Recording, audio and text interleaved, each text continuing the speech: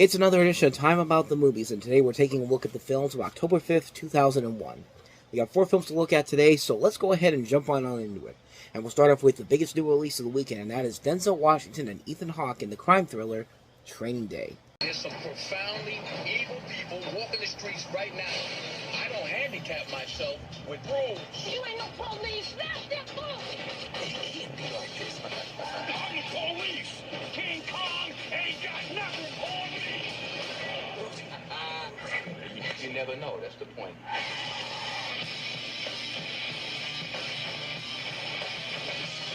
Training Day. Rated R. Starts October 5th.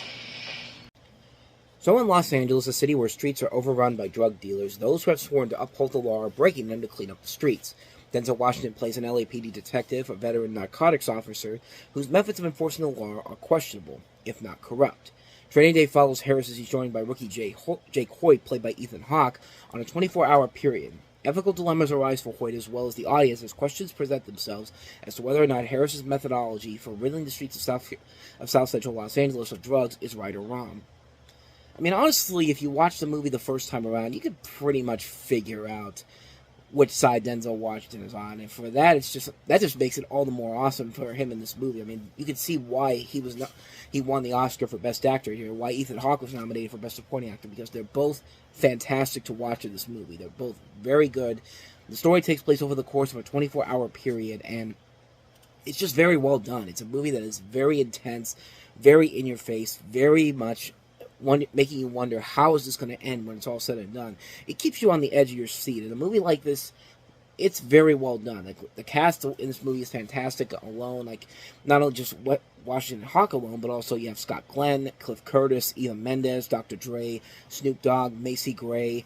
A good cast overall in this movie, and great direction by Antoine Fuqua, and also the writing of David Ayer.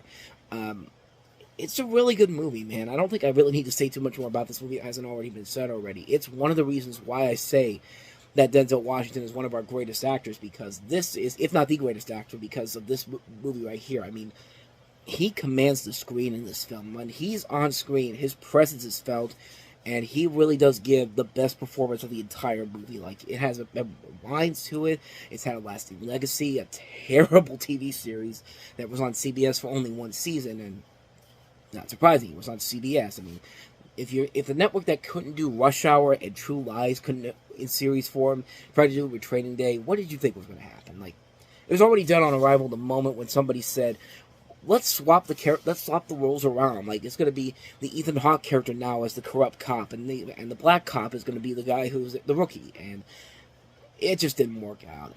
But this movie is great. I don't think I need to say too much more about this one. Training Day, what more can I say? It's a phenomenal film. If you have not seen it, you are doing yourself a major, major disservice by not doing so. So, that's Training Day. Let's go ahead and move on to our next movie, and that is John Cusack and Kate Beckinsale in Serendipity. Give me your phone number. On October 5th. Fate's telling us to back off. You don't have the most incredible night of your life with a perfect stranger, then leave it all to chance, do you? No name. I gotta find this girl before I get married. No address. I'm thinking about this mystery guy I met 1.5 million hours ago. Just fate. Once in your lifetime, someone comes along whom you're meant to be with. For my friend, that person was me. Serendipity. Rated PG-13. In theaters everywhere. Friday, October 5th. What a bitch. But then again, it's Kate Beckinsale. It's the same person that was cock-teasing Ben Affleck and Josh Hartnett in Pearl Harbor, so what the hell did you think was going to happen here? But, you have John Cusack and Kate Beckinsale. They meet while shopping for gloves in New York City. Though buying for their respective lovers, the magic was right, and on the night of Christmas shopping turns into romance. John wants to explore things further, but Sarah wasn't sure their love was meant to be. They decided to test fate by splitting up and seeing if destiny brought them back together. Many years later, having lost faith on each other that night, both were engaged to be married. Still, neither could shake the need to give fate one last chance to reunite them. John enlisted help of his best man, played by Jeremy Piven, to track down the girl he can't forget starting at the store where they met. Sarah asked her new-age musician's fiancé for a break before the wedding, and with her best friend in tow, flies from California to New York, hoping destiny will bring her soulmate back. Near misses and classic Shakespearean confusion bring the two closer to meeting a number of times, but fate will have the final word on whether it was meant to be. And, you know, you could probably see a much better movie like this in Only You, which has Robert Downey Jr. and Marissa Tomei, and came out almost 10 years prior to this, which was really well done. It was a great movie about. It's a great movie about two lovers, about this woman who wanted to find love, and had a name written down, and this person calls her just as she's about to get married, and she decides to take the leap and go find this person, who turns out to be Robert Downey Jr., and turns out not to be him in the long run. To me, I think that works better than this movie does, but I will say it's not a bad movie, but it's one that's just kind of like, it's fine for what it is. Like, the chemistry between John Cusack and Kate Beckinsale is fine, I guess. It's nothing too spectacular or nothing too groundbreaking in particular, but I guess it does the job well enough, and I do think it is a lighthearted romantic comedy, but it definitely falls into the typical romantic comedy tropes. I mean, it falls into a lot of contrivances we see all the time in movies like this, and really, once you've seen one, you've seen them all, and unless you can do something really, really good and special with it, it just doesn't work. It just won't make it a great film overall. It's a fine film for what it is, but it's one that I'm never going to watch again after watching it the first time around, but I digress. That's Serendipity. So, on to the next movie, and that is Paul Walker and Steve Zahn in Joyride. One night. I'll be at the Lone Star Motel. What room? Room 17. It started out as a simple prank. We had a little incident here last night. The victim was staying in room 17. Ripped his jaw. Clean off. But now, Joe, you really ought to get that fixed. Shit, what fix? He's on them. Your tail light. Joyride. Rated R. October 5th. So the story of Joyride is that you have three young people on a road trip who are talking to a truck on their CD radio. Then they must escape when he turns out to be a psychopathic killer. So it's kind of a mix between Duel and The Hitcher, kind of mixed together. It's a movie where you have somebody following these random people who are thinking they're playing along with a joke at first, and then when they realize how serious it turns out to be, then the tension begins to build, and you get a movie that has a lot of tension with it. And you have a script written by J.J. Abrams and also Clay Tarver, which is a name that you might be familiar with mostly for his comedic work with Silicon Valley. He did the script for this with J.J. Abrams, along with some projects with Mike Judge. And a very interesting turn for him. I mean, it's a very interesting film for him to take on. And it's a movie that is very enjoyable. I mean, there is a lot of good tension-filled moments here. You kind of want these guys to get their comeuppance because they're the ones that kind of started it. But the movie does a good job of giving them a sense of, we want to like these characters, and we want them to survive. And they do a very good job with that. I think Paul Walker does a very good job with that. So does Steve Zahn. So does Lily Sobieski, who's also in the film. Ted Levine, who does the voice of the killer in this, who's also the Buffalo Bill, I thought was a nice touch too as well. I thought he did a very good job of handling that.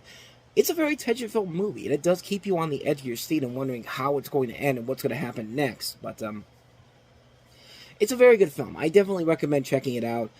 Sequels avoid like the plague. They're direct-to-video sequels. They don't have any of the original cast members back in them, so chances are it's not going to be that good. And that's probably give you the first warning right there not to see those films. But so that's Joyride. So let's go ahead and move on to our last film, and that is Disney's Max Keebler's Big Move.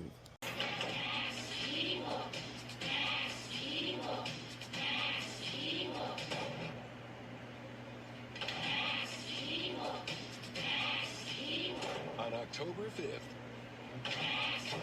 Meet the kid everyone's talking about. Max Keebler's Big Move. Rated PG in theaters October 5th.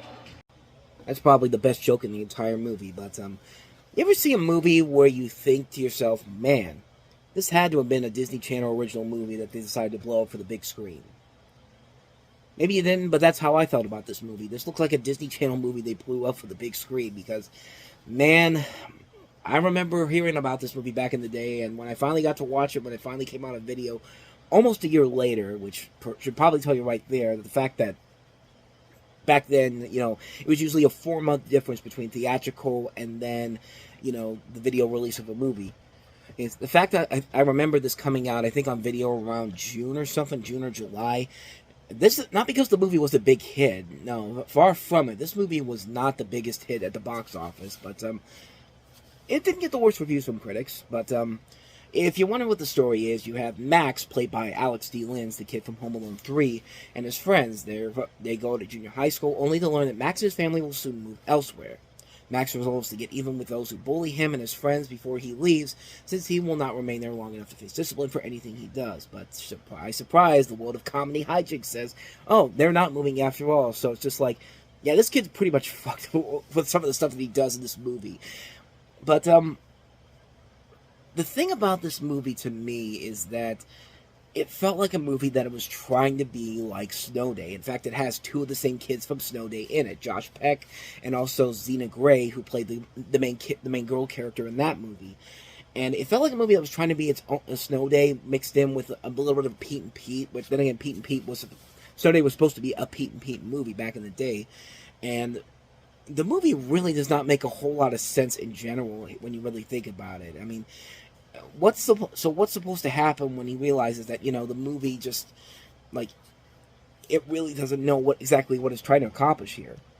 Because really, in the end, nothing really changes with anybody. I mean, Max somehow gets a little bit more popular, I guess, because he took down Larry Miller as the principal, which, even for Larry Miller being in this movie, I thought he was weak, man. Like, Larry Miller, you put him in a movie, and he will usually be the one positive thing about it that will always be very positive to watch about him. And even in this movie, I don't think he's really given a whole lot to do, honestly. It's a movie where they have a lot of good talent in this film. I mean, Jamie Kennedy's also in here, Nora Dunn, Lizzie McGuire's dad, Robert Carradine's in this as well, Orlando Brown, Noel Fisher, Clifton Davis, Justin Burfield, Amy Hill, Amber Valletta, Dennis Haskins.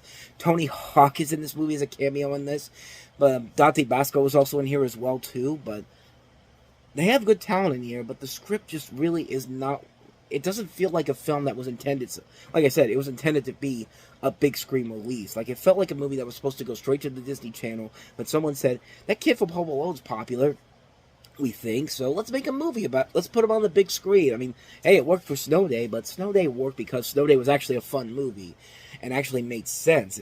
It appealed to the kids who were watching it back then and had that love and feel of an actual Snow Day whenever that happened. That movie works because kids can relate to that. You can't relate to anything in this goddamn movie. I mean, it feels like a real ripoff of Snow Day, right down to the evil ice cream man, who is basically the evil snowplow man from Chris Elliott from Snow Day, and the principal. He's much more of a monster in this movie compared to what he was in the original Snow Day. In Snow Day, I mean, it really felt like Disney saw Snow Day and said, well, shit, we can make our own version of this. And they didn't. They just didn't have anything there to make this movie feel like a film that they had to put on the big screen. I don't even know why it went to the big screen, to be quite honest with you, because nothing about this movie felt big screen worthy for the script department, except for the big cast that they have in here, but it just didn't work. It was really one of those movies where I was just like, when I finally got a chance to finally see it, I was majorly let down by it when it was all said and done, because it's just like, I've seen this done so much better with Snow Day. I mean, it's literally Disney's attempt to create a Nickelodeon-style movie, but not even in the best way possible. And Tim Hill's a good director who's made some decent stuff, decent fun stuff in general. Like, he works on SpongeBob SquarePants. He did Muppets from Space, which maybe was not the best Muppet movie, but was still fun. Now that I think about it, but he did Alvin and the Chipmunks, the first Alvin and the Chipmunks movie, the live-action one, which was... I'll give that one credit. It actually was not as bad as people made it out to be. And it certainly is the best of the live-action ones compared to what follows after that.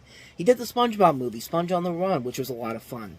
I mean, he's a decent director. I mean, and, this is one of those ones where it's just like, this is one of those ones that makes you feel like maybe you probably should have stuck to animation, really, because this really isn't working in your favor, man. But, like, I digress. I mean...